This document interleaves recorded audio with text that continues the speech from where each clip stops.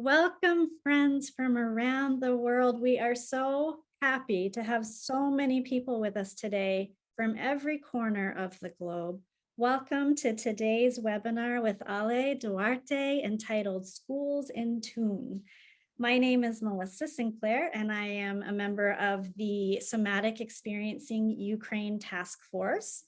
As the task force was thinking about this new school year that has just started, we were thinking about the uncertainty that's being faced in many classrooms, many homes all around the world, especially as we are thinking about our friends and our colleagues in Ukraine and in the neighboring countries of Ukraine now.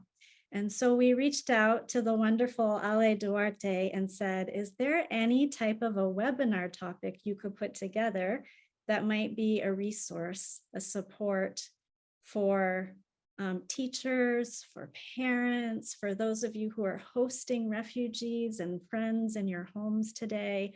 How can we avoid overwhelm and help promote group coherence even in these uncertain times? And Ale graciously said, yes, I have material for this. So we're very, very, very grateful that you're here, Ale. Just a little bit of background on him, a few administrative comments, and then we'll get started. So Ale's comments today are informed by more than 30 years of working with children affected by natural disaster, war, sudden life changes all around the world: China, Japan, Sri Lanka, Syria, the United States after Hurricane Katrina. He's a beloved member of our somatic experiencing community. We're so happy to be here with you. Today's event will be recorded and posted to our YouTube channel, which Rebecca will drop in the chat for you. Only Ale's face and my face will appear on the recording. We invite you, if you feel comfortable today, to leave your cameras on so that we can scroll through the pages, see your beautiful faces, and co-regulate together as we listen to speak. If you don't feel comfortable with that, that's fine too.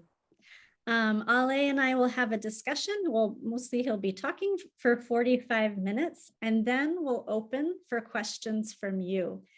We will use chat box for our questions today. So if you have any questions, put them in the chat in your language, and our beautiful tech support people will translate those and drop them in English in the chat for me. And I will read your questions from the chat box in any language.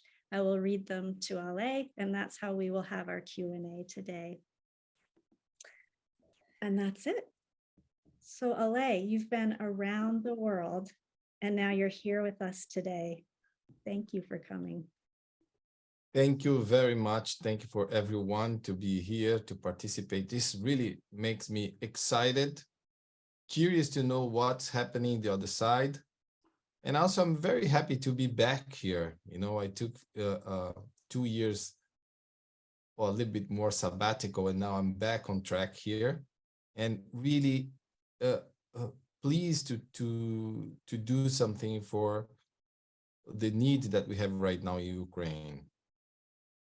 So what I bring here to you today might go a little bit over 45 minutes, but I think it has idea of orientation, of understanding where is the territory that we are in when we are working, some validation of our feelings when we are working with children. And I know some of you is working in groups. I know some of you work individual, but both are will be benefit with this lecture. This is what I hope.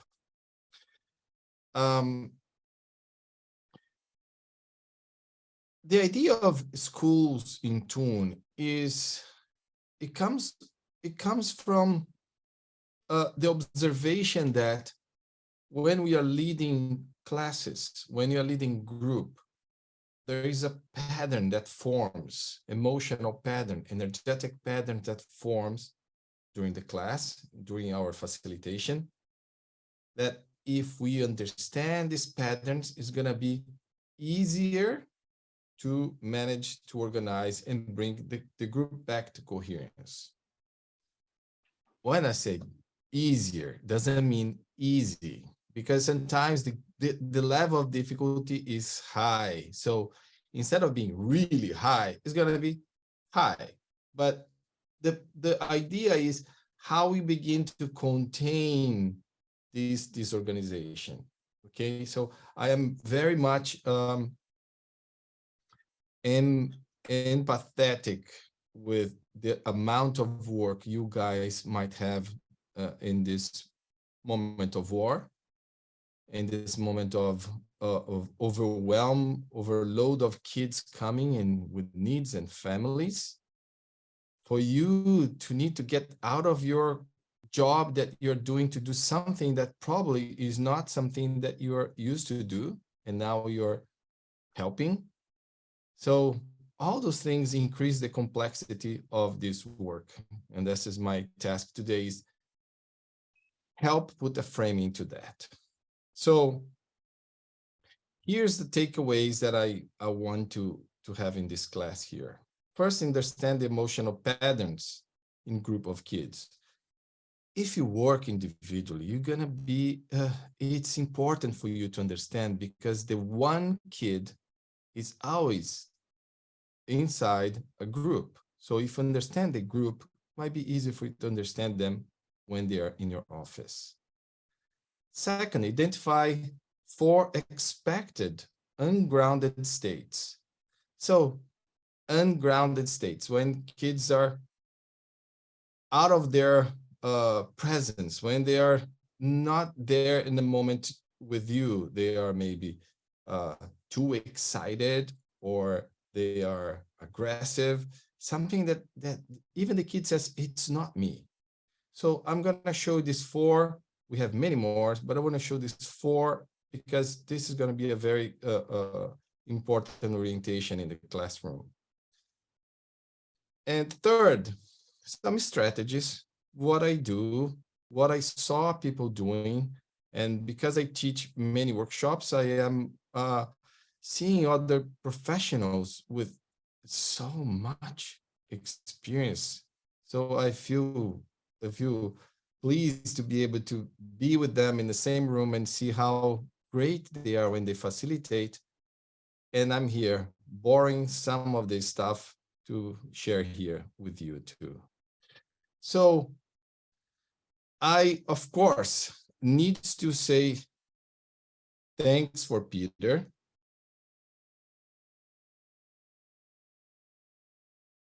Some emotion coming.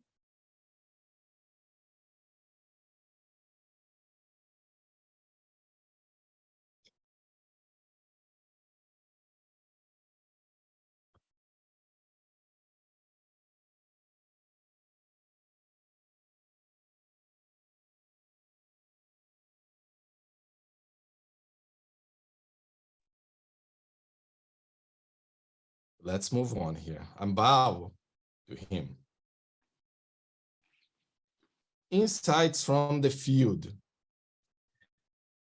Okay, this is a picture that we took in China. We were invited there to work in China. And those memories is still working on me. So even though it was 10 years or 12 years ago, it's still working on me. So I remember one moment being there in the school, and the school was in the news because the ceiling crashed over the kids, and they had to rescue them. Was a very difficult. Some kids die, or they got stuck there. So we went there. Probably was a month after. I don't remember exactly.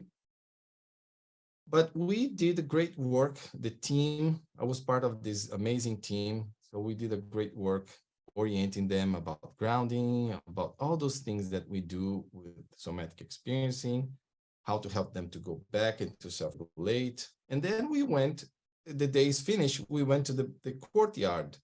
So imagine there was a building one side, another building the other side. We were right there in the middle. And kids are playing. Jumping ropes, tag games, all those amazing things that kids do. They're happy there, end of the day, playing with their friends. Then suddenly, uh, I could notice something strange coming from one direction. I didn't know because I could not see, but soon it reveals there was the earth started to tremble, and the earthquake aftershock came very fast. It's like it go under your feet, and was so loud, so scary. But that moment, all those kids, we were in the middle, was safe, but all those kids just ran away immediately. That survival reaction. When they run away, I was in the middle, we think like, what am I gonna do now? This is now is a real life stuff. We came here to teach, and now we're in the middle of earthquake. So how are we gonna do that? So it turns out that the earthquake passed through, was very strong, and kids came back. They they came back to the center, and I was amazed. I was feeling my bones, a lot of electricity. My hands were shaking, and I saw those kids. They begin to play the jumping rope again and run around. And I thought, wow, they return to do what they were doing before, without me asking, without we asking anything. But also, we were there with the team. And of course, not everyone was playing in the middle. Some kids got so agitated. They could not stop talking about what happened. Others start to mocking the other one or making fun, do some running around. And there's another group that was in a shutdown mode, crying, no energy in the legs. It really, the earthquake triggered memories on them that was very traumatic, that they just lost the tonus and they got in this shutdown mode. So here we have, this is my insight I carry with me right now. This is, I understand there was, in that moment, what I call today is the first degree of disorganization of the nervous system and of the groups. Yeah.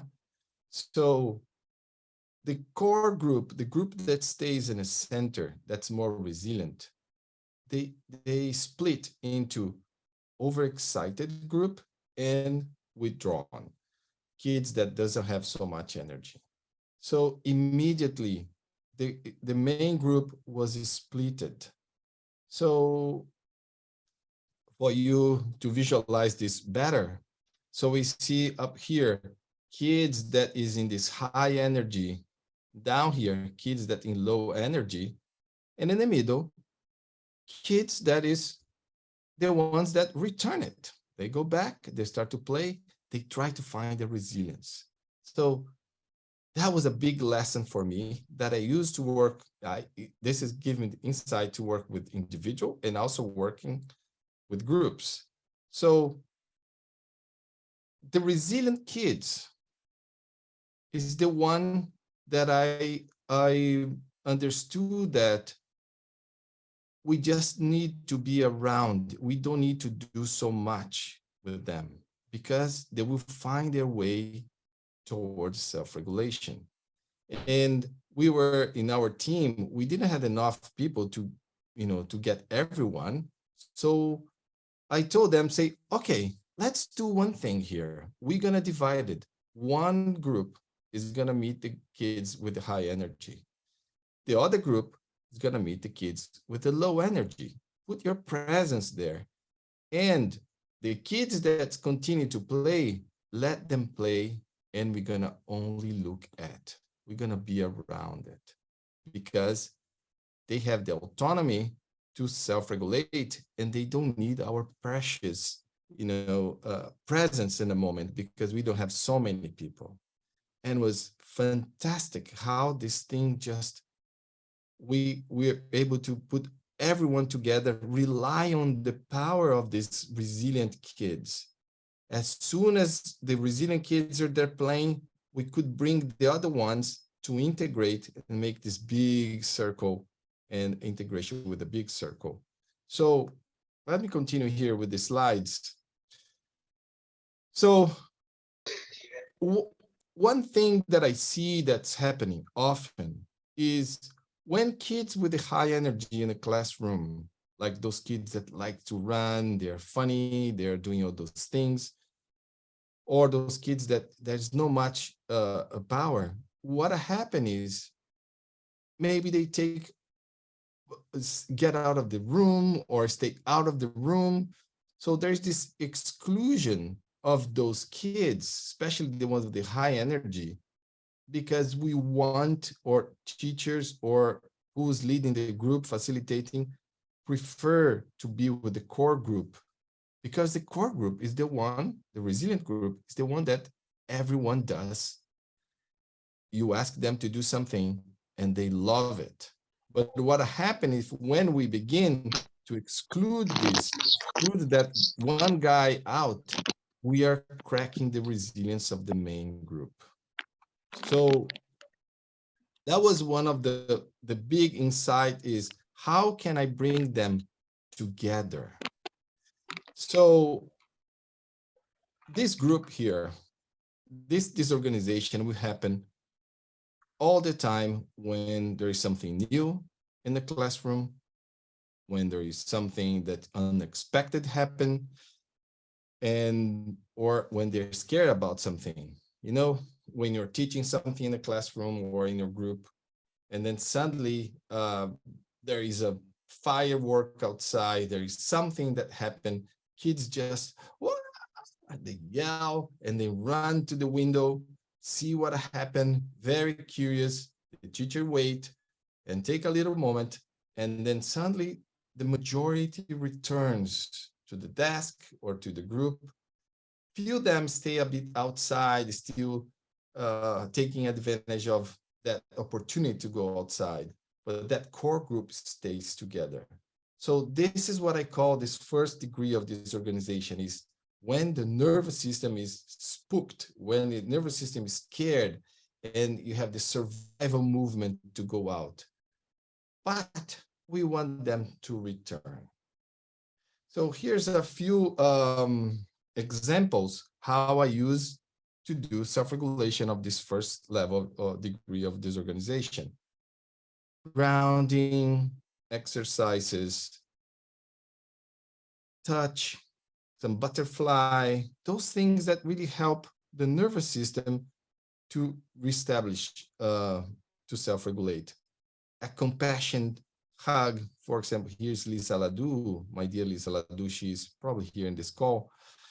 And that day in China, this girl was really in a shutdown mode, crying, and Lisa went there, contained her, stayed together until she returned to the main group and find her place of self-regulation.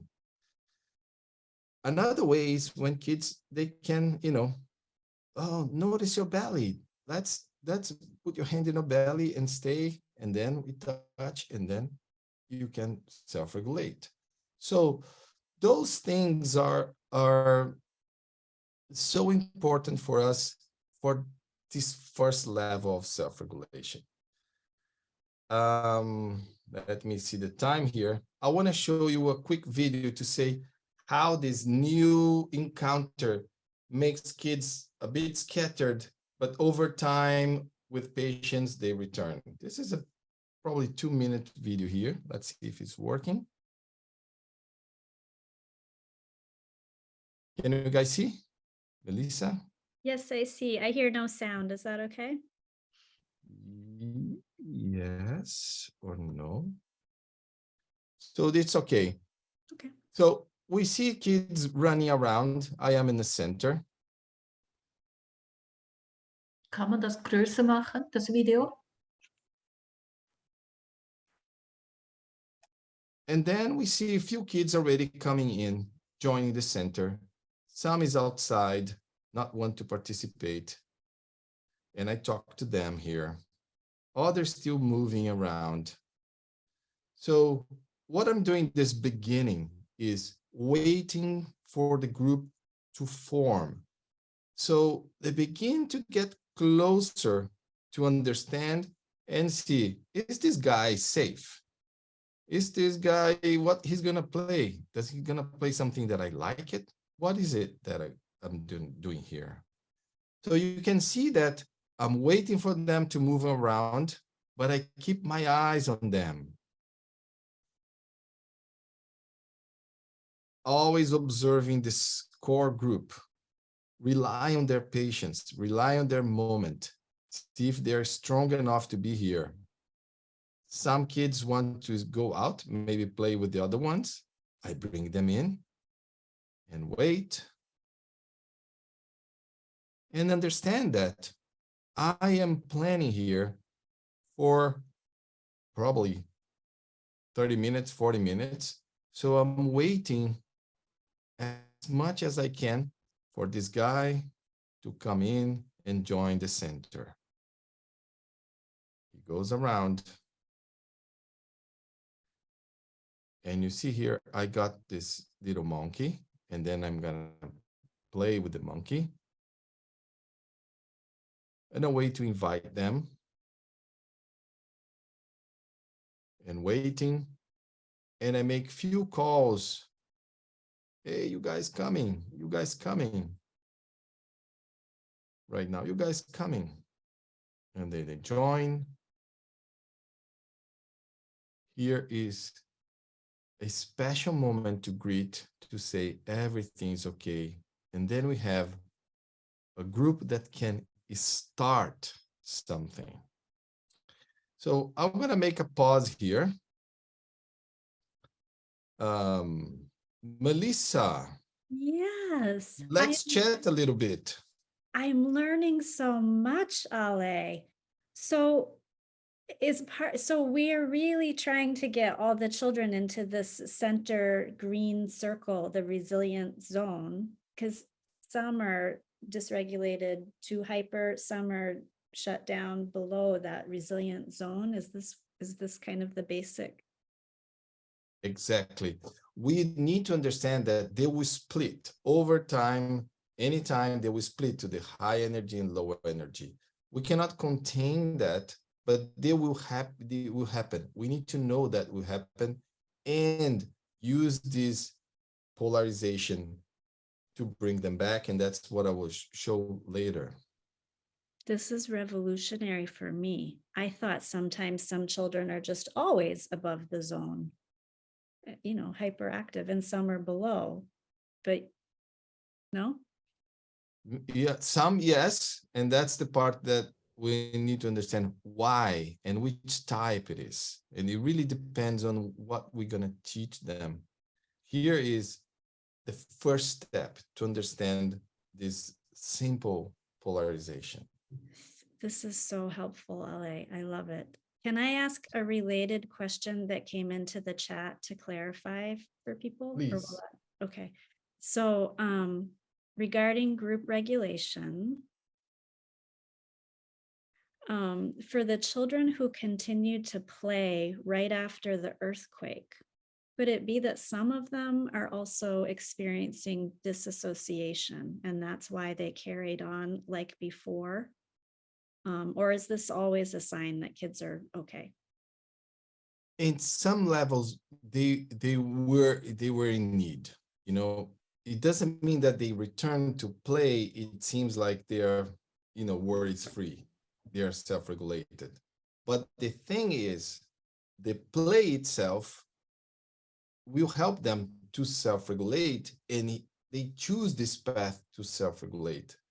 Means that they are trusting their internal experience of, okay, let's play. And this is how we see kids when they are in need. They don't say to you, okay, I have a problem like adult would do. They say to you, hey, let's play. Say, sure, let's play. Because when they want to play, they want to tell you the story of their worry. In this case of the earthquake, they play also to test and tell the story of that. And this is what's the beauty of work with children is we need to understand the story behind the play. So don't assume because they're playing that they're okay. but watch the play, listen to what they're saying during the play, encourage the play as a way back toward regulation. Exactly. People are asking, what was the age range of the children in the video and what game were you playing with the sitting ones? Well, the age of this video, it was a video demonstration. Parents brought their kids there, so there was a different in age that also is a problematic. There's some is older, others is too little. Mm. So this video is more to illustrate how things are forming, and this will happen with any game you might choose. And of course, I recommend you get kids almost the same age, because motivation is important for them. So something too simple for a kid that's bigger, it makes boring, you know. What's a good game for 5-year-old children, like the one I have at home? Oh, do you have one? Okay. I would say anything that they need to express, to run, to make movement, stay a little bit out of the computer, anything that can put outside, because they are in this phase of exploring and create representations of what they see in the environment. This is wonderful. Thank you. Super. So let me continue. Now I'm gonna show the second level of this organization. In the second level of this organization, some of this exercise that we have might not work well for that level of the disorganization. So that's why sometimes we do some exercise to self-regulate. It really works in one level and works less in another level because of the complexity. Probably you guys have, you know, in your office or in the school, some kids that is really difficult. So, and then you want them to ground, to do some exercise, they refuse to do.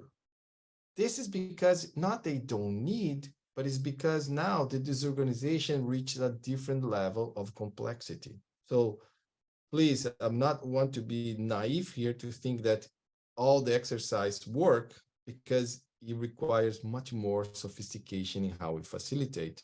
So I go step by step here to a point. So the second degree of disorganization, as you might imagine, is when the first disorganization doesn't have time to be digested by the group. First, it disorganized, and then it disorganized one more level. It goes beyond the level of balance, of resilience. So if you bring to our adult world, is like when we spend some money in a credit card and then we are in debt. And then instead of pay that money, go back to resilience and then to start over again, we buy something else with the debt and the credit that we have. So let's just create a disorganization, a double, a triple, and then you know, it depends what happened. It's the same with the nervous system. So the more away they are from the core, more disorganized is tougher on who's teaching, tougher in who's facilitating that. So here's what I call this 4. We can have many, but I'm calling this 4 ungrounded states, which is already the second level. Is the second degree of disorganization. First, kids that disengaged. So kids that really disengaged, they already come from this split that happened, going to the low energy, and from this low energy, they're conscious, not feeling well with their energy, and now they need to do things. They need to do the exercise. So it doesn't go too much. He's not connecting. And what I think is important in this part here is we don't know exactly if the kids are feeling uncomfortable. It's not because they have low energy. They feel uncomfortable. Imagine yourself waking up in the morning and you're so lazy, don't want to leave the bed, you want to stay there. It doesn't mean that you're feeling bad. Maybe you're feeling great for being there. And this is what happened with kids. Sometimes they are just wondering, thinking, and feeling some positive, experiences, but disengaged, not connected. So we have, for example, like when you look at this kid here, and we might think, wow, this kid has a problem. But really, until we talk to them, we don't know exactly. In this situation, I say, what do you feel there inside? Is it comfortable or uncomfortable? I try to get the polarity. Is it comfortable or uncomfortable? They might say, oh, comfortable. Okay, fantastic. Just take your time. So the second one is the overindulgent. Means that they start to get excited. This is come from the high energy, going to this positive feeling. Because not everyone that feels high feels bad. Again, they might feel high, feel excited, and say, I want more, I want more, I want faster, I want higher, I want to eat the whole chocolate by myself. This is mine. So when we're facilitating some activity, some kids that feel disorganized, they lose the sense of the whole and begin just to think about themselves and want more and more and more.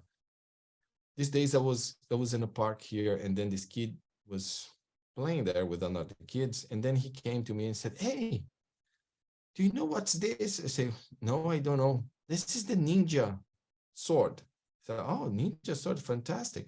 The ninja sword is a platinum ninja sword that is the platinum of the gold of the most biggest, magical thing in the world. They'll say, really? Yeah, but it's not small. It's bigger. It's bigger. Do you see that? It's bigger than that. Say, wow.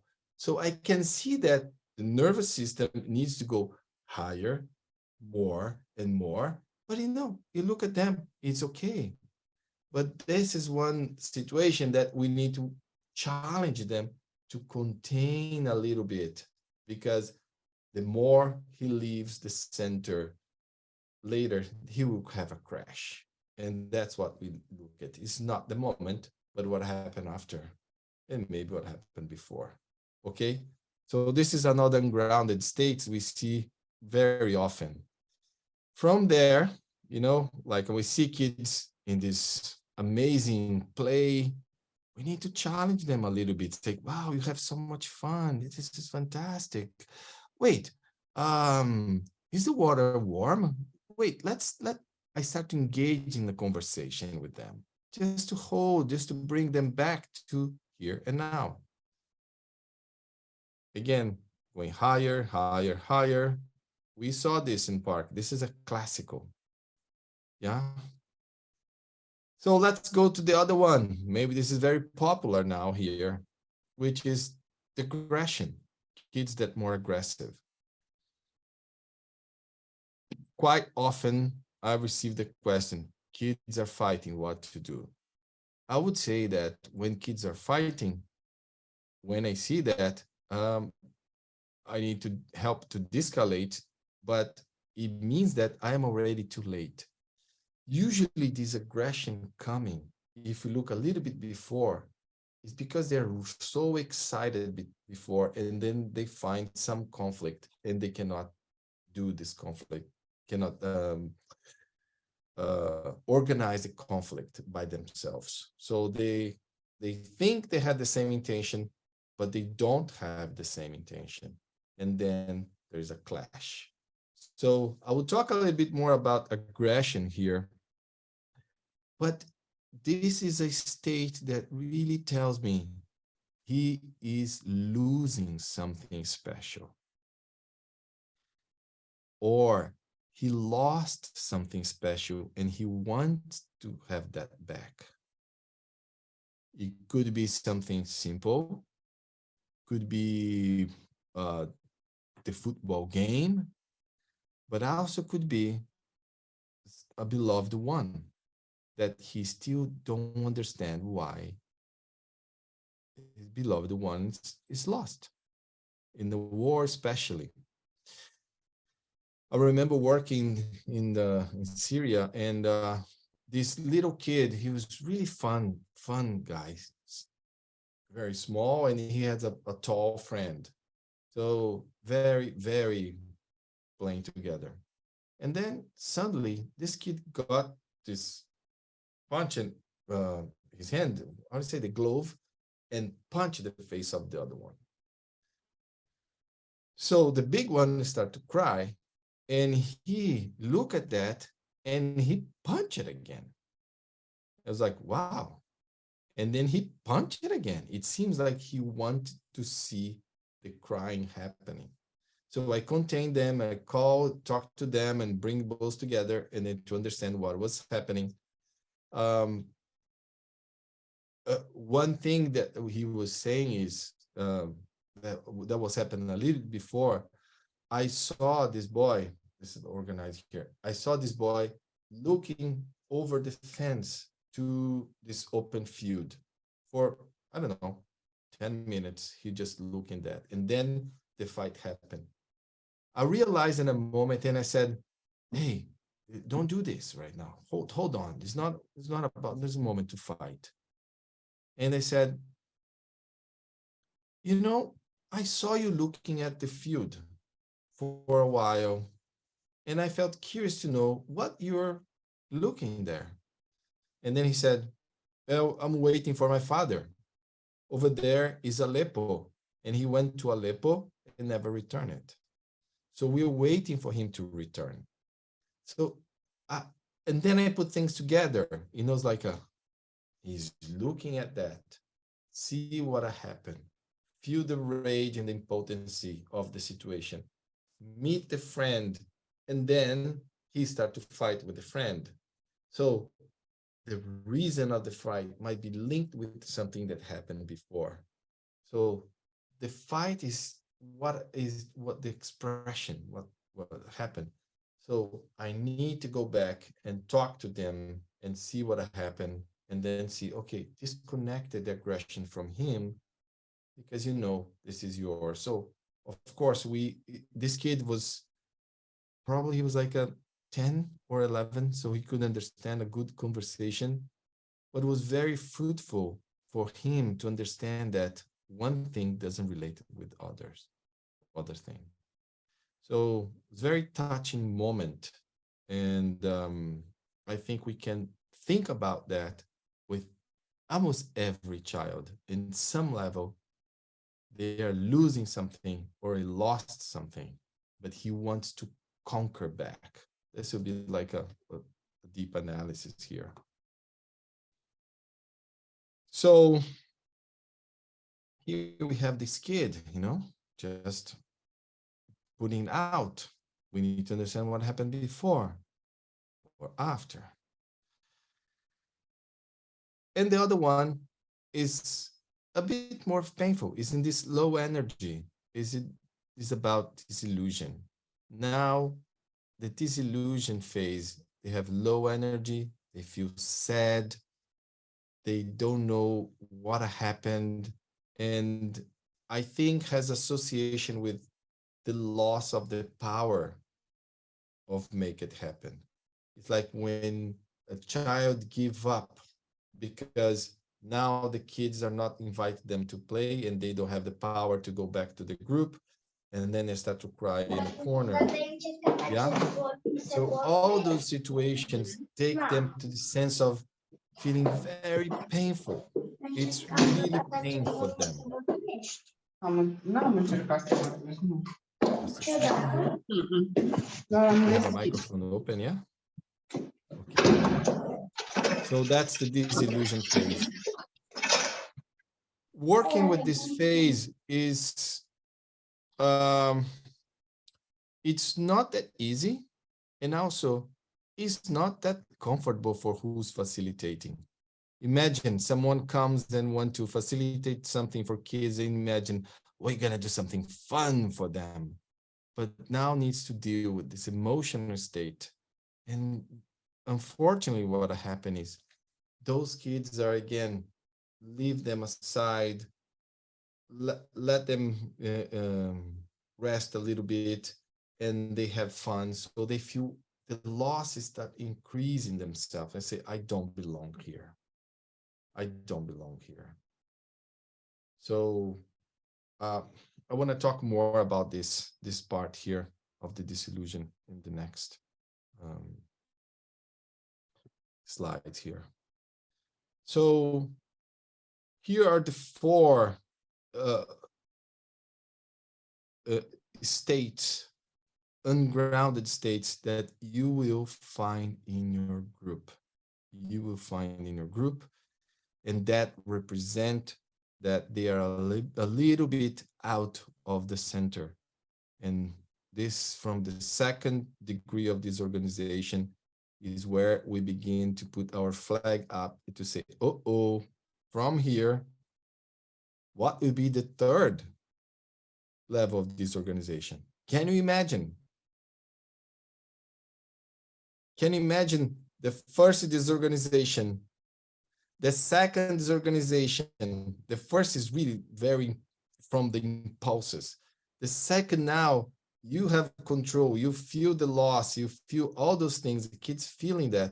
If you go to the third level, which is the organization, is really higher. So this is a place that most of the teachers are today, dealing with this third level of disorganization in the classroom. Complexity is high, resources is low. And to work with that level, the second two, we cannot do by ourselves. It's not a work for one person. It's a work for a group of people that is together, in some ways regulating each other and finding solutions to bring those levels in. Not for a perfect, okay? Not for a perfect group. It's just to bring it in. Let me pause here. Melissa. Thank you, Ale. So the first degree of disorganization was that original chart. And can you just summarize for me again, like in one or two sentences, how do we describe that first degree of disorganization? Is the first split from a group that has some sort of organization. They are together to this split to three groups. One is the high energy kids, more hyperactive, and the low energy kids that has less energy, less engagement. So we have these three: the core, the high, and the low. And the core is the one that we want to rely on, because the core will be the magnet to bring them in together. And then the second level of disorganization, we see some children that are really ungrounded, are really starting to leave their bodies almost in somatic ways. So how would you describe that second level in one or two sentences? The second level is it now creates different forms. Now it's not only high and low, but now has distinctive patterns of behavior. And this is more conscious for the child. He knows that he's doing that. For example, the one that's overindulgent, he knows that they're doing that, but he cannot notice why, what is the trigger that makes them do that. And they don't have the resource for that. But this is important because that's how they learn how to deal with their emotions. So what we don't want is this to go to the third level. So I want to just point something here. It has to do a lot with our facilitation. If our facilitation is is triggering a lot of kids, and then they go to this first level disorganization, and we don't pause, they go to the second level. If we don't pause, they need us to bring back to the center, breathe again, expand again, experience those things, bring back again. We need to be very careful to not go to the second, to the third, because then, like I said, complexity is high, and we need many more people to help us with that. But they really can take us with them if we're not careful, huh? As they become disorganized, they can take us with them. Yeah. Exactly. Exactly. Okay, so the third level, I'm a little afraid to hear about. Well, I will not go into that because I want you to stay with the fear, because please, not necessarily needs to be with the fear, but is more complex to talk about. And then those very simple exercise doesn't work well. Mm. We need different type of facilitation with more skills. And I think in the third level of facilitation, that's how I organize things. Okay, this is how I organize the groups. In the third level organization, we need SC practitioners. That's more skilled to work together with teachers that work with groups. We need this balance between individual work and group work. It's not only one, it's individual and group together. And the second level, it's if the teacher is very skilled, pace well, make pauses, bring it in, put the emotions, name it emotions, it really can do a very good job. But in the third level, we have more complicated states to deal with that go beyond those four.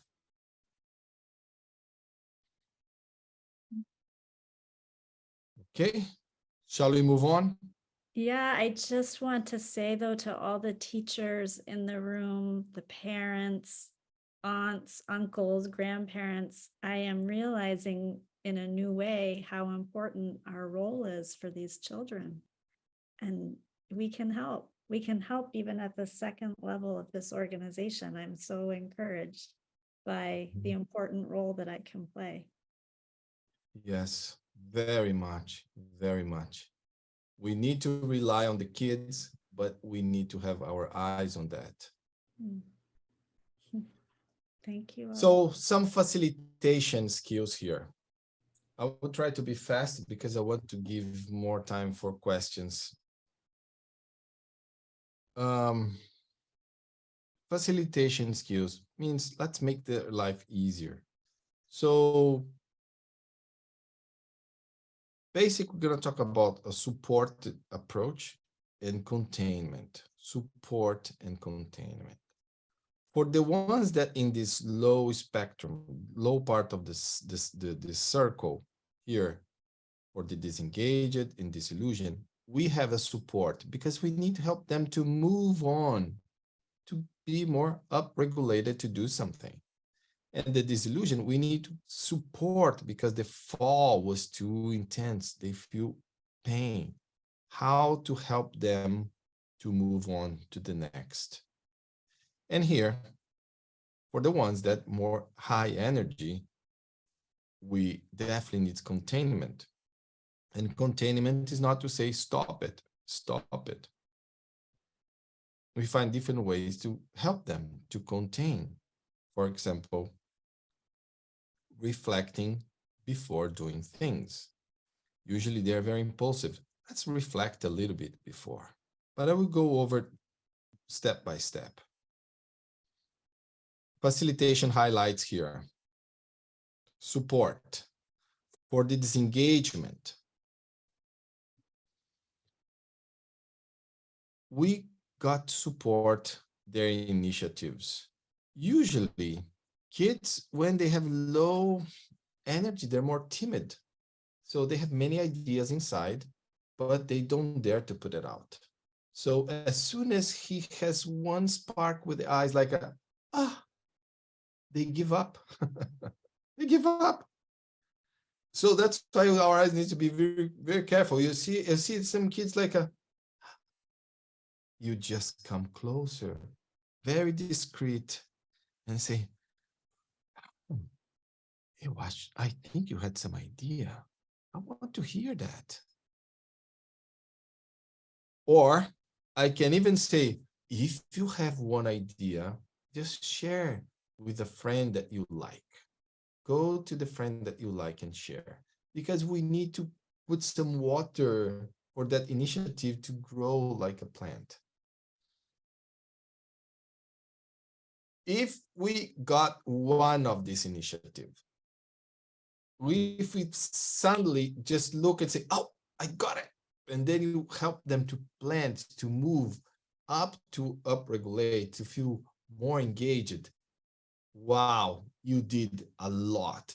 The nervous system now start to kick in, has a different type of disposition in the moment, and they begin to self-regulate by moving forward in what they could not do it. Okay. So another skill here is listen well, yeah, to their expectations. So they don't say what they expect. It's really difficult to get it. But once we understand their expectations and we help them to calibrate, not too high, not too low, but low is okay to start, and then they move on. And in this process, we must hold their hand throughout the process.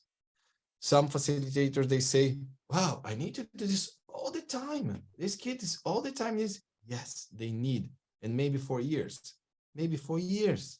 Oh, I'll say for years. No, this is encouraging. No, for years. I want to say, I still need that. And probably you need that in some situation. It's the same. We are helping them to move forward. For the kids that is overindulgent, how to be more elegant in how to contain those guys. Pace the rhythm and velocity. Really, we see some excitement happening, and you see some, hey, they like it, and say, wow, hey guys, just a moment.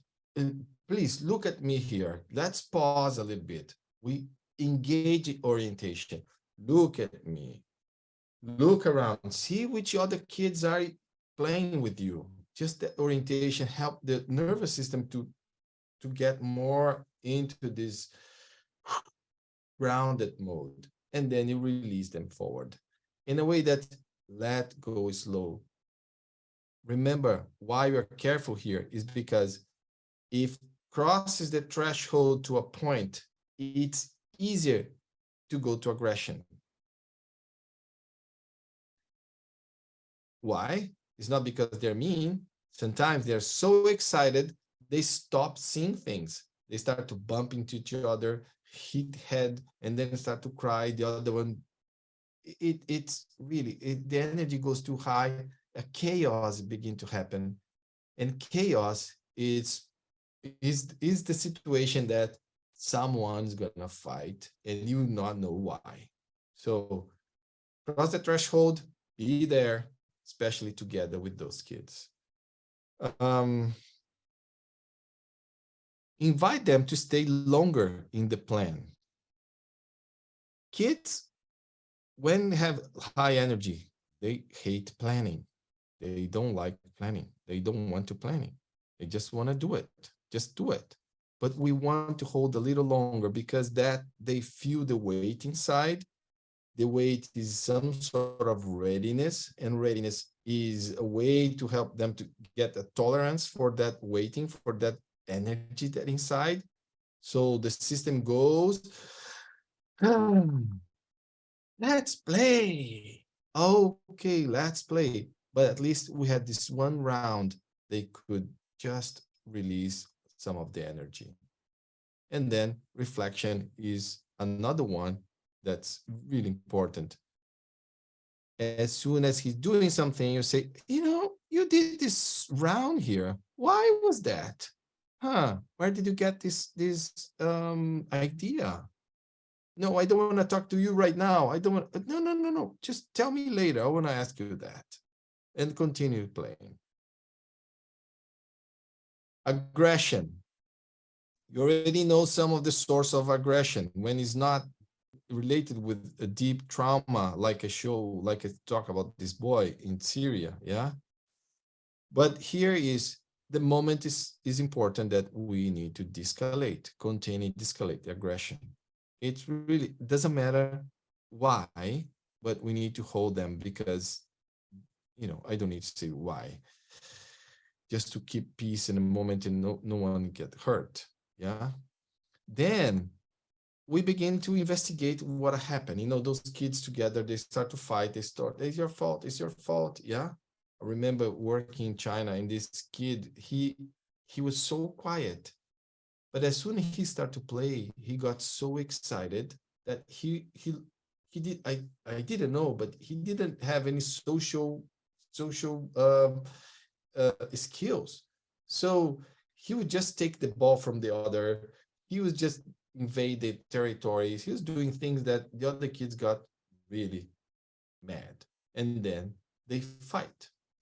So when I connect with him that what he wanted, I listened to him, was obvious, but I need to hear from him that he wants to play because he almost never play with other kids. He just stays studying the whole. When I understand that this is a precious moment, I said, oh, your intention is to take everything from that moment. You didn't want to lose the moment. The moment was precious for you. He said, yeah, okay, I have an idea. So I'm going to give you a moment in the class that you're going to create a game. And this moment is yours. So you're going to have an assistant. They're going to help you to create this game. And please just think really well what you're going to do. So what happened is they create this game that's like throwing little ball. And he was so happy. He was so happy. I never saw kids so happy that way. He was laughing. He never had this opportunity. I had this in videos. So it was really nice. But because I got exactly the aggression is not because he was mean, because he wanted to do something. It's because he wanted to take advantage and have a time on the stage. Yeah. So demonstrate understanding and empathy for the cause of the conflict. That's part of what I said here right now. Disillusion. Let's move to disillusion. Oh, disillusion. Take your time to be with the child's emotional pain. Stay with them. Don't try to move away the pain. Don't say, no, this is gonna just pass. It really, by saying something that might be hurtful, yeah. Yeah, stay here with me. And then they can put the head together if you're a parent, they have this intimacy with the child. But the important is when both recognize the pain, they say, the kids in the moment, they say, I am not crazy. I feel this. I don't know what's this. But this guy now understands what's this too. So, he's almost crying. Me, I'm crying. Oh, this is okay. There is this sameness, a validation that's important to happen because kids start to push away that pain. And when they feel the pain, they start to move forward, especially if they have a resource. Again, listen with the first intention. I think we need to do a workshop about intention here. Intention. Yeah. And another part is how we help them to let it go to the next. Because the tendency of who's painful is to return, to fix something, go back to the group and say, why you did that with me? But they don't have power to do that. And they don't have also leverage to do that. So what we want is them to digest, let it go, and maybe talk to the same kids from a different point of view, different angle, different idea, and take it in. Whatever is happening in the moment, we always have something to learn. We did something that was not cool for the group. Even if we're pain, we need to learn what was that. And that's all through reflection, sharing, and then we help them to move forward. Yeah. Final thoughts here. So, final thoughts. A healthy group holds a broad range of emotions. So, you are teaching your group. Don't try to teach only in the fun stuff. Only here in the fun, I want to have fun with them. It doesn't work. You need to include this low energy, and you need to include the experience that is more a protest, because this is going to give balance and make a group very resilient, and then have some sadness. So when I'm very short, when I'm facilitating and I see some kids crying a little bit, crying a little bit, some arguments, having fun, and a few moments of, oh, I'm boring. I feel like, that's great. I did a great job. Especially if they can take this, they can circulate this emotion, yeah, with them. We need them to circulate through all those experiences. Don't prevent them. Don't try to prevent them to feel the pain, because to be with other kids is part of the learning. Don't prevent that. So the last part, trust the resilient group. They really have the intelligence of the self-regulation. Even if they need, but if they're doing by themselves, they have the intelligence, they have the key. Be with them, trust them. Cultivate a flexible range of emotion. That's really for us. They cultivate flexible range of emotions is not necessarily for them, for the kids, it's for us. Because if we are not able to hold emotional pain because we feel touched, that group is going to have one part that's missing. They was going to hide things. Some kids going to just drop out. If we don't have flexibility to hold this high energy, sometimes that is really disturbing, we need to go a little bit more, because that expression, they're telling things that's important. And all the other states are important, that they are present in the classroom. Don't lose your time to make something clean. There is no clean classroom. There's no such a thing. Don't feel ashamed, because I felt a lot, and now I understand that no.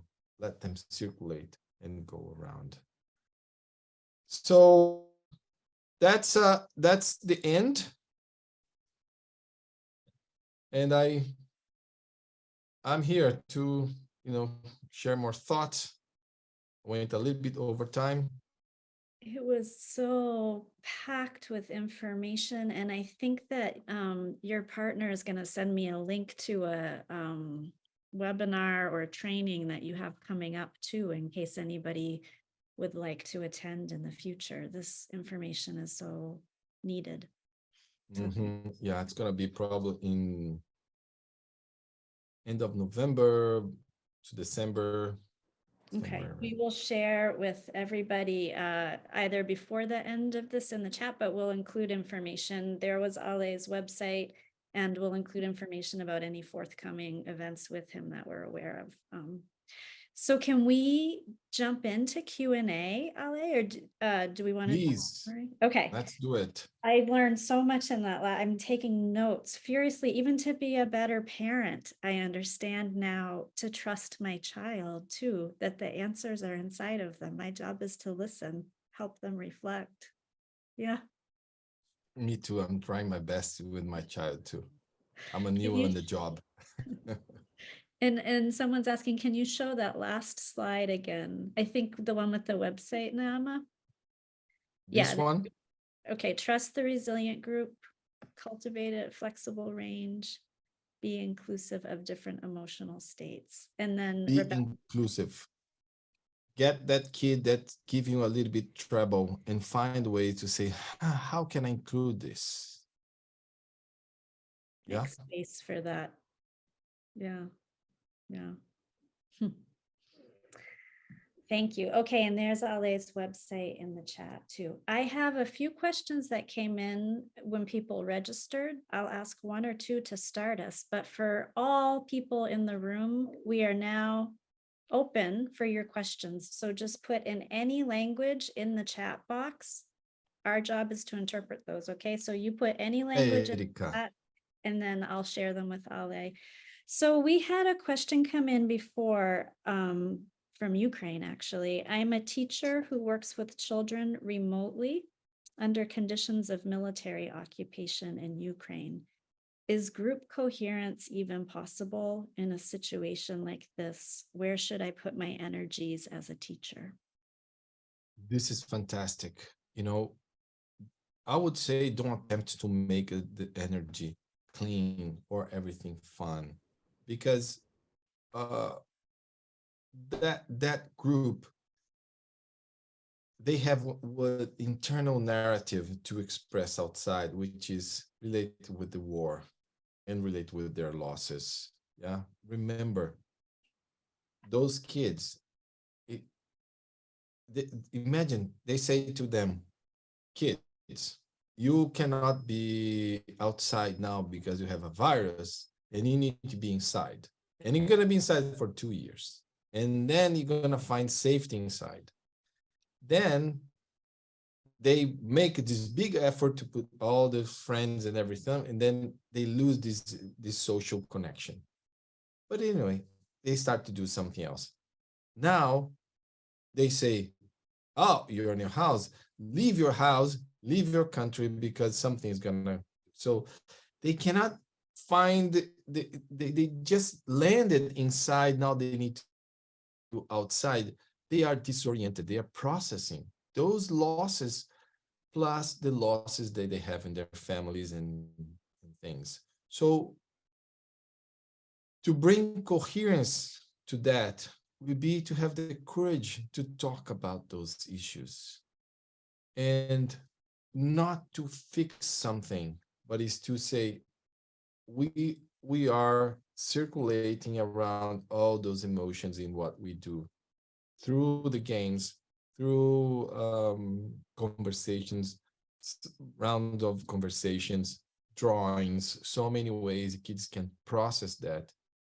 By including that and name it, you're already starting a process of build back the coherence, not bring back, but build back a new level of coherence.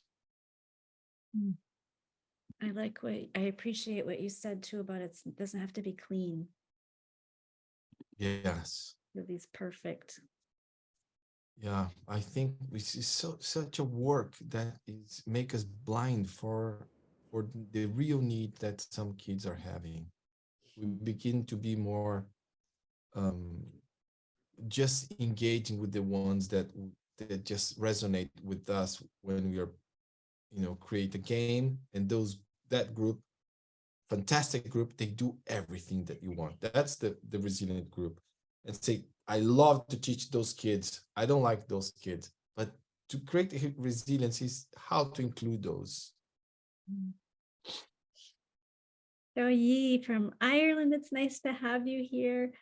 Asks, I work with kids mostly on a one-to-one basis. I wonder for kids with selective mutism, I imagine they are in disengagement state, how to support and contain them if they would not engage in verbal interaction. Again, this is another process of supporting them using any channel of expression they have. of course, we want them to express verbally, but we need to move step by step in what's available. I remember playing with this kid in Germany, and he didn't want to talk to anyone. And he came from China, and he knew some of German, and but he decided not to speak with anyone. So I remember getting there, start to play with the kids, and I saw him looking at me, get interested, but retracting. So I continued to do that, and there was a moment that I realized that we were doing hide and seek. We missed one kid; he was still hiding there, and I said, "Okay, guys, we finish, and then we move on." And then this kid, he was looking at me like this, and I thought like, "Oh, there's one more." And the kid, I said, okay, let's go, let's move on. He started to get so irritated with me that he's almost speaking until I said, okay, come here.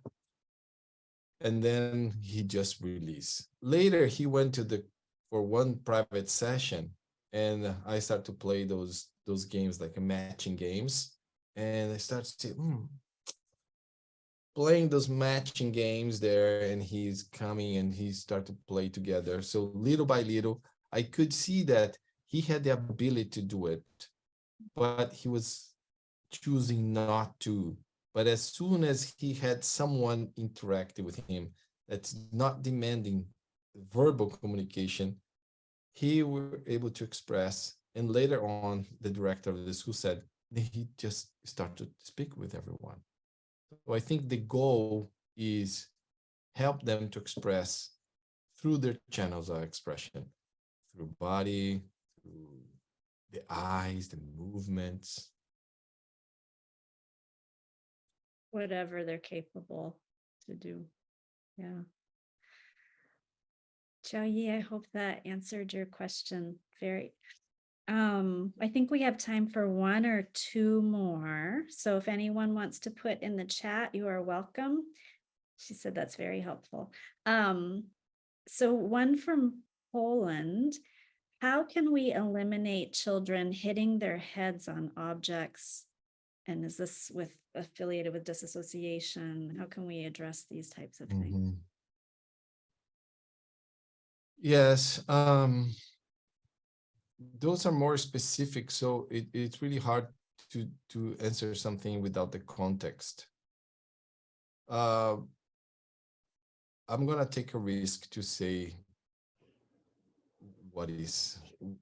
how they can help. From my point of view, when they start to hit their own head, what they're doing is what I call the action. Means they express what they had inside. There is a readiness coming in, and the readiness reach a peak that from not doing to I need to do something. Again, I am ready to do something. I feel ready to do, I'm holding. But the nervous system, to self-regulate, he needs to express. Now we talk about the quality of expression. So the nervous system will express doing something. In this situation, the doing is hitting himself. So what I need to do in this situation is to understand and understand how they are building the readiness inside themselves.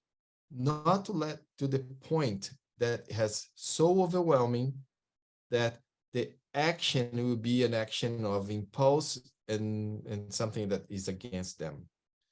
So practically, what I would do in that situation is I will start to follow when they are playing, and I see their interest. When they feel interest, there is a rise of energy inside. That's the readiness, but they have only interest. They're not doing anything. And then I will see what happened.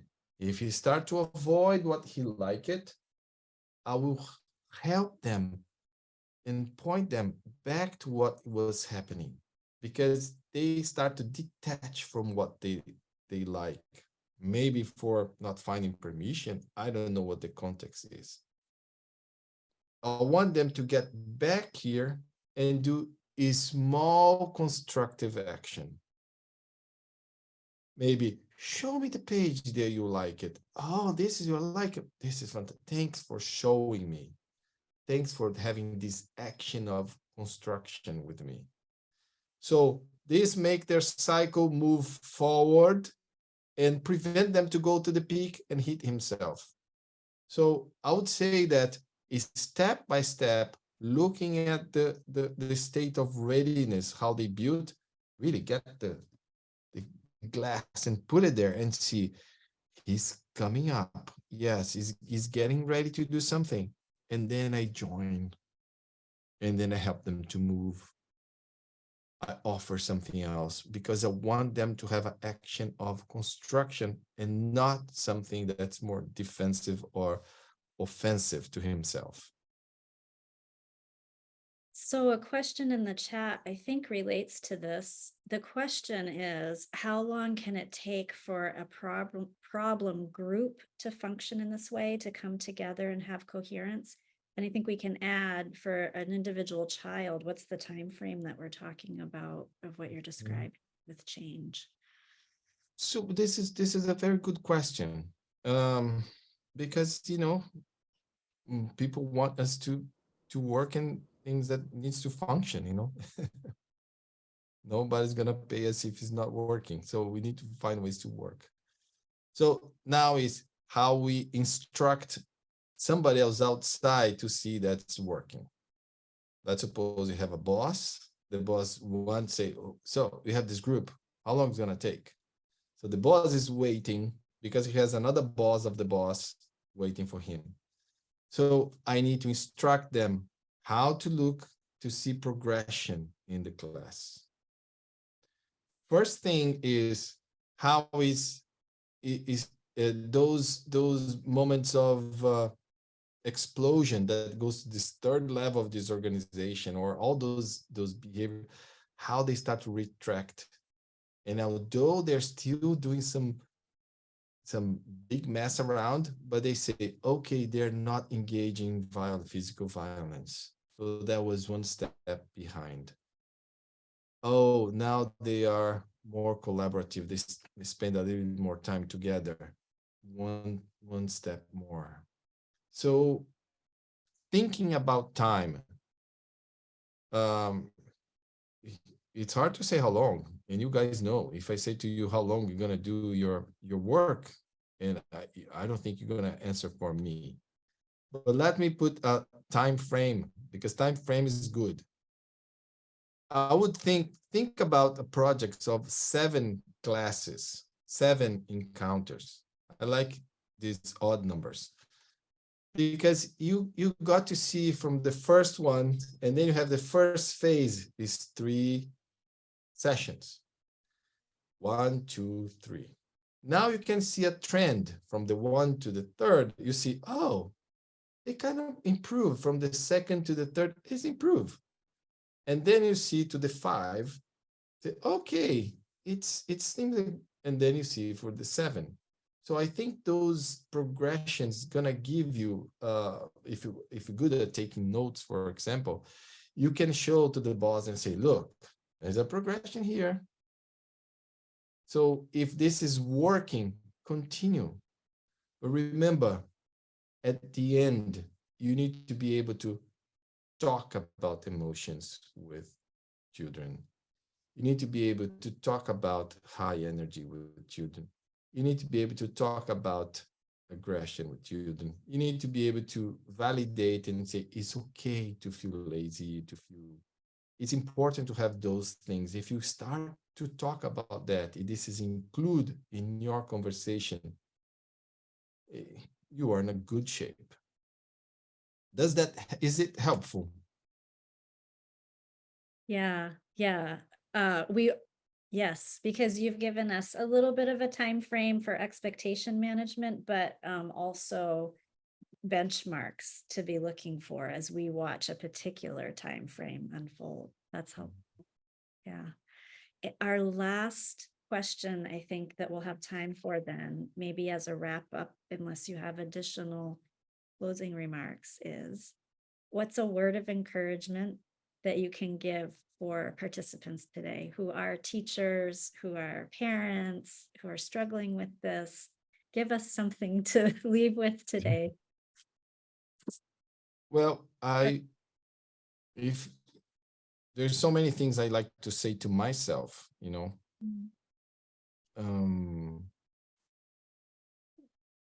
one is do your work, but go easy with expectations of results. Really engage into the process and not necessarily into the result. Please, when we work with the nervous system, when we work with self-regulation, we are not necessarily setting marks to accomplish. Like at the end of the workshop, you need to learn mathematics, level 1, whatever. So, each child will have one tortuous route. Trauma has tortuous path. Trauma is not a linear path. It's tortuous. Everyone is different. So we have ones that goes up and get really overexcited. The other ones that is really hard to move them away from their pain. So be gentle. Don't try to make anything clean, but include all those states, because you're working with the process in this way, not necessarily with the result. Another thing is about us, Yeah. It's about us. So I think I told this story once because it stayed in my mind. The I don't know how to say the goose with the golden eggs. Yeah. So the goose is the golden egg. Does anyone know the goose and the golden egg? Just raise your hand there. Let me see. Yeah. Okay. It's like the chicken, So, like a goose, a chicken with a golden egg. Yeah. Exactly. So if you begin to, expand the golden egg, it's okay because you can make other golden egg and then you continue to expand. Maybe you need to balance that energy. Yeah. But if you realize that in your facilitation, in your class, for some reason, you start to take a little piece of your wing, a little piece of your feather, and you start to take out things out of you. So there's a moment that you will not be able to, to lay eggs anymore. Be careful. Don't take from yourself. Take from your, what do you know best? This is your golden egg. This is a self-care, not poke your wing. Oh, I have another one. That's fine. It doesn't work.